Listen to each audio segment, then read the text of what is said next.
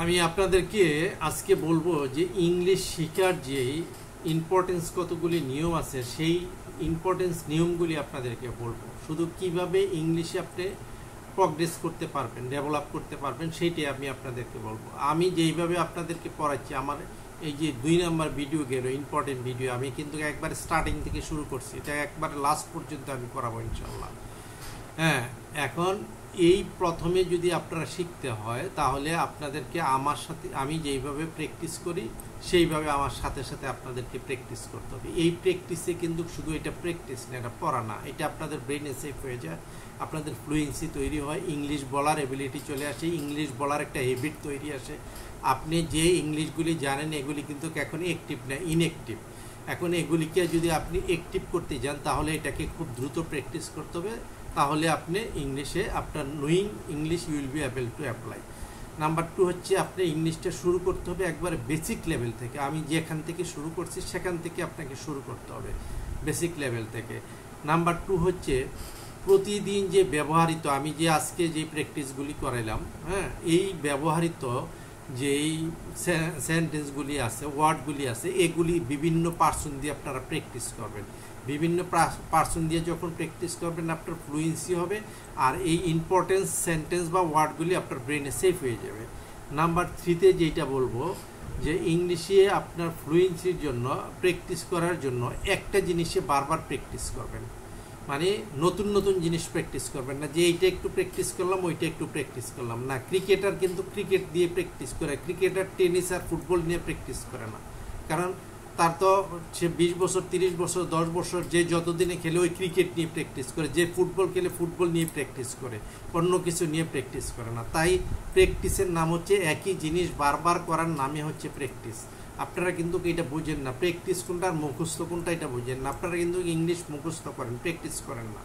হ্যাঁ, আর নাম্বার 2 হচ্ছে আপনারা ইংলিশ টু বেঙ্গলি প্র্যাকটিস করবেন। বাংলা অর্থ যদি সারা যদি আপনি এই বয়সে মিডল এইজে এসে, অর্থাৎ 18-20-এর পরে, 15-20-এর পরে এই যে এসে যদি আপনি বেঙ্গলি সারা ইংলিশ সারা দিনও আপনি পড়তে থাকেন, আপনার 1 মিনিটও প্রফিট আপনি পাবেন না।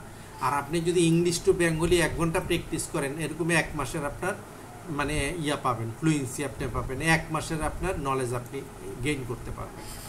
আর নাম্বার 4 আমি যেটা বলবো যে ফ্লুয়েন্সি যখন আপনার তৈরি হবে, যখন ফ্লুয়েন্সি একবার তৈরি হয়ে যাবে তখন আপনার ইংলিশ বলার একটা ইন্টারেস্ট ক্রিয়েট হবে। যেমন এখন যদি আপনি ইংলিশ বলতে যান আপনার লজ্জা লাগে, শরম লাগে, কে জানি শুনে যায়, কোনটা কি বললাম না বললাম, এই লজ্জার জন্য আপনি জানা ইংলিশটাও বললেন না। কেন বলেন না? এটা হচ্ছে ল্যাক অফ ফ্লুয়েন্সি, আপনার ফ্লুয়েন্সির অভাব, মুখে জড়তা, এই জন্য আপনার লজ্জা লাগে, শরম লাগে। এটা যদি খুব দ্রুত ইংলিশ টু বেঙ্গলি পড়েন, এই জড়তা কেটে যাবে, anywhere you will be able to speak in English. Number 5-এ বলবো যে without interesting you will not be able to speak in English. আপনার মানে ইন্টারেস্ট না থাকলে আপনি ইংলিশে কথা বলতে পারবেন না।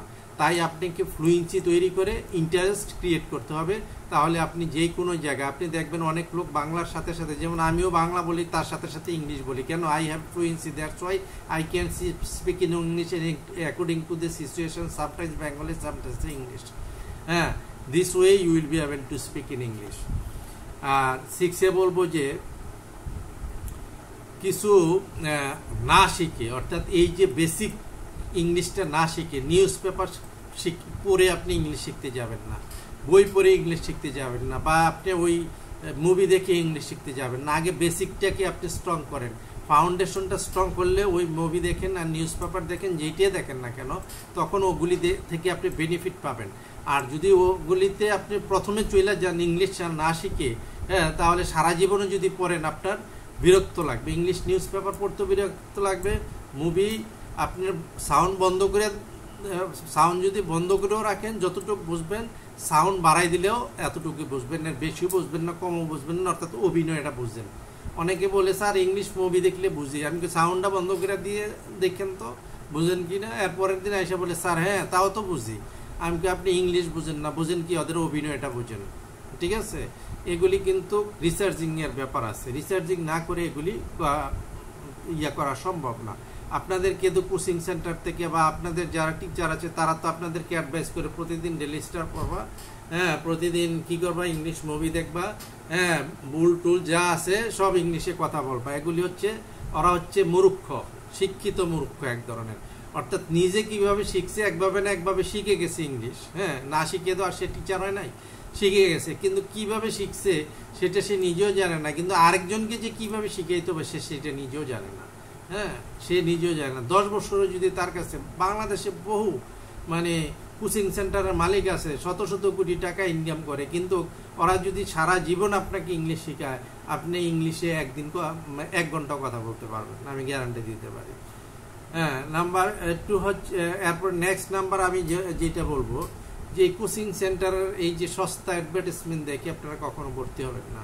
500, 700, 1000, 2000, 4000, 5000, 8000, 10,000, পরে রেসিডেন্সিয়াল, হ্যাঁ, এগুলি হচ্ছে এক ধরনের বাউতাবাজি বিজনেস, হ্যাঁ, এতে ওদের লাভ হয়, পাইকারি লাভ হয়, কিন্তু আপনার কি লাভ হয়? আপনার সময়টা নষ্ট হয়, টাকাও নষ্ট হয়, মেন্টালিটি নষ্ট হয়, এতে আপনি কোনোই বেনিফিটেড হচ্ছেন না। আপনি একটা রেগুলার ওয়েতে আসেন, তাহলে আপনার ইংলিশ শেখা খুব সহজ হয়ে যাবে। আর আপনি সম্পূর্ণ ইংলিশ না শিখে আইএলটিএস শিখতে যাবেন না, আইএলস পরীক্ষা দিতে যাবেন না। যদি আপনি ইংলিশ না শিখে আইএলস পরীক্ষা দিতে যান, এটা হবে আপনার জন্য বোকামি। আপনি কোনো স্কোর ভালো পাবেন না, আপনি হেজিটেশনে ভুগবেন। আপনি যখন স্পিকিং করতে পারবেন, রাইটিং করতে পারবেন, ফ্রি হ্যান্ড রাইটিং করতে পারবেন, আপনি যখন পড়ে বুঝতে পারবেন, কথা বলে শুনতে পারবেন, তখন কোনো আপনার মানে আইএলস কোর্স করতে হবে না। আপনি ব্রিটিশ কাউন্সিলে গিয়ে ফর্ম ফিল আপ করে আপনি পরীক্ষা দিবেন, আপনি মিনিমাম 7 স্কোর পাবেন, 7 to 8 স্কোর আপনি পাবেন। এইটুকু আমি নিশ্চয়তা দিতে পারি। এই আমার অ্যাডভাইসগুলি আপনারা মনে রাখবেন। Thank you very much.